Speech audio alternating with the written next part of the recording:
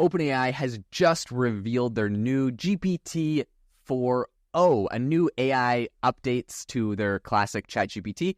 And there's a bunch of things, we've talked about this in the past episodes, kind of what it does. Today on the podcast, what I want to talk about is some very interesting features that no one is talking about. They were not demoed in their video. And they're essentially Easter eggs that people on Twitter or X have been finding and posting that you may have missed. So a lot of these, I think, have the ability for you to make money off of them, to be integrated into businesses or processes you're doing. I'm excited to go over all of these. Before we go over these hidden features, I want to say I want to thank our sponsor, TLDR Newsletter, for sponsoring the episode today. If you are looking for a tech newsletter to keep you up to date on tech news, we will leave a link in the show notes to TLDR. They have great recaps they can send you every day on kind of the top stories in tech and AI news that are happening. Jamie and I both are subscribed to a bunch of tech and news newsletters. It's a really useful way to kind of get information every day on what's happening. So yeah, if you enjoy the podcast, we'd really appreciate it if you subscribe and support our sponsor, as that helps support us. I'll leave a link in the show notes, but let's get into some of these hidden gems that you may have missed in the latest ChatGPT update. Okay, the first one I want to cover that is really, really interesting, Jamie, is 3D objects. So people have found out that you can ask OpenAI's ChatGPT to give you a 3D object. Now, you might be able to see my screen here. Sorry, there's a bit of a glare, but if you can see this kind of rotating animation, this was just pulled right out of the new ChatGPT model, essentially out of DALL-E 3. It's doing a 3D object. What's your take on this? So are you saying that you would just show it a picture of something and then it will turn it into a 3D animation? Is that what you're saying? Yeah. No, I think that they just said, they put a text input that said a realistic looking 3D rendering of the OpenAI logo with OpenAI shown below. Wow. Okay. So it's generating that. And it made it as a GIF. Wow. That's crazy. That's that's a lot of these. That's as close to video as we're getting in this model, like instantaneously. Like GIFs are videos pretty much. Yeah, it's like in a way almost like a version of their Sora, platform, but maybe a little bit dumbed down or more on the graphic design side of things. Either way, that's very powerful for any marketer, business owner, someone looking to step up their media game, social media or content. I mean, that's crazy. That's going to save tons of time. Every time I feel like we learn about these new features, it's like, okay, how many jobs is this going to get rid of? Like how many people are going to be out of work because of this? Yeah, 100%. Okay, so the other one that they're saying, and I'll share my screen, and we'll explain if you're just listening. We'll explain what's going on, but just so anyone watching on YouTube can see better, I'll explain my screen. The next one that was shared by Andrew Gao is text in image. So something that AI models have really struggled with when doing image generation is the text. It's kind of garbled and it doesn't always make sense. And they've done a lot of work to essentially get it so that the text that shows up on a screen is working. So here they're demoing essentially that now it looks like DALL-E 3 has completely fixed that problem. They got they put a prompt, didn't have a robot chatting, and so it's like a robot hands holding a phone on the screen. It says in the chat bubbles, super clearly written out, super clean. It says, "Yo, so I can see now, caught the sunrise, and it was insane. Colors everywhere." They even have spellings. Anyways, it's crazy. What's your take on this? I mean, it seems like we're getting closer to being able to emulate a human. Like you said, it's like purposely making mistakes and making human-like errors, even though it's not human. So I know before we've talked about it on the podcast how, having us talking and giving our banter is separating us from the ChatGPT because we're making mistakes, with our pauses, we're saying, but now it's looking like it's learning how to emulate that, which is just wild. So something that's really interesting to me is I was recently talking to one of my investors on AI Box, which for those that don't know is my own no-code AI app builder and marketplace that we're developing. If you're not on the waitlist for it, you got to get on it. AIbox.ai. I'll leave a link in the show notes. Anyways, I was talking to one of our investors on that project, and he works for a company that creates fonts. It's such a random like industry I hadn't really thought of before, but their company owns like the rights to like Helvetica and Times New Romans and a bunch of other companies. And you'd think like, oh, like I wonder how much like a font making company, generates. Like, Jamie, give me a guess on like the revenue for, I don't know, a font making company. I mean, you're saying they own Helvetica? That's pretty... Times New Roman. Oh, Times New Roman. Okay. So, I mean, that's got to be nine figures. I don't know. Is that...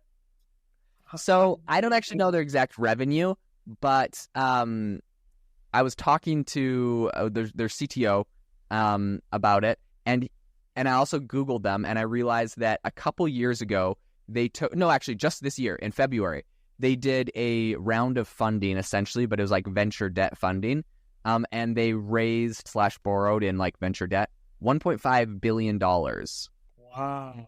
So that's their latest round of funding, which is some variation of what their, of what their company is worth. Like their company is probably worth way more than that. Anyways, $1.5 billion. I think the company was established in like 1887 or something like that. So it's like really old. But anyways, I bring all of this up to say it is a huge business, this font and font licensing business. And the new version of ChatGPT can create new fonts, which is insane. This is actually something I was recently talking to him about. And he's going to come on the podcast, I think, at the end of the week. So if anyone's interested over on AI Chat, I'll be talking to him about this. And I'll be bringing this up with him, too. So this is actually kind of exciting. Are you saying that what you're showing on the screen, that font is AI generated? AI generated font. Dude, that's crazy. So he said it used to take them 2 years to create a new font, essentially. And now with AI, it's really expediting that whole font creation. But this was even before this came out. They were just using like, Midjourney and other tools to kind of like help spur ideas, because you have to think of like every single letter in the font, how it's displayed.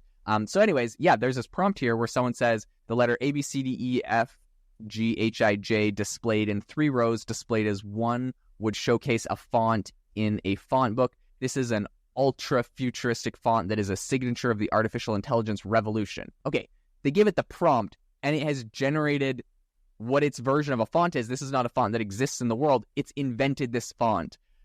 Talk about, this is disruption to the billion-dollar font generating companies. Like, come on. Wow, that's unbelievable. I mean, that combined with the 3D image thing and just all the graphic design stuff. I don't know. I don't know if I told you this, Jaden. I officially deleted or unsubscribed from Adobe Lightroom because no way anymore. I use Canva and other like AI type stuff. So, I mean, this could be like when Photoshop goes away too. Like I don't even know. This is crazy stuff. This is crazy. I mean, I'm going to be 100% honest. I am a Photoshop master, like too good at Photoshop. It's just what I used growing up.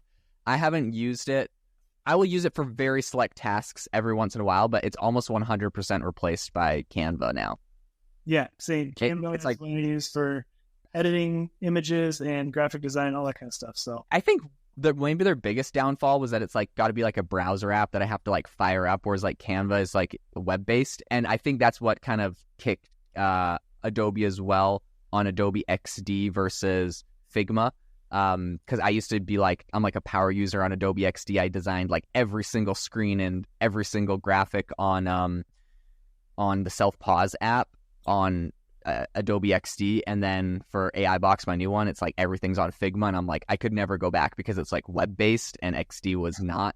And XD would like, okay, let me tell you the worst thing. And then we're going to get back. I'm so sorry for this tangent. This is the worst thing about web-based, the worst thing about computer-based apps. If you have Adobe XD, maybe they fixed this problem, but it was prevalent for like a year, and you're editing it like multi-editing, so you pay for the premium thing, so you can have 2 people editing it, but it's a web-based app or a computer-based app.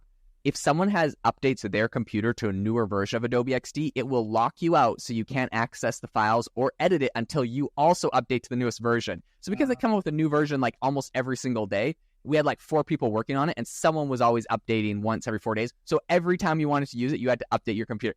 This is horrible. Everything should just be web-based, but that's a completely different tangent to complain about. Okay, So the fonts is crazy. What's the next thing that I wanted to cover? They have something else really interesting, which is that it can make sound effects. Jamie, this is huge. Sound effects. They said this isn't just telling it how to do the audio. They've figured out, like, they've cracked audio, not just voices. They said play the sound of a coin clanging on metal. They generate the sound effect. What's your take? That's cool. That's really cool. I mean, so CUNO AI, I'm still absolutely in love with the music generator. For video editing, I canceled Epidemic Sound. I was using Epidemic Sound. I was paying $18 a month for it.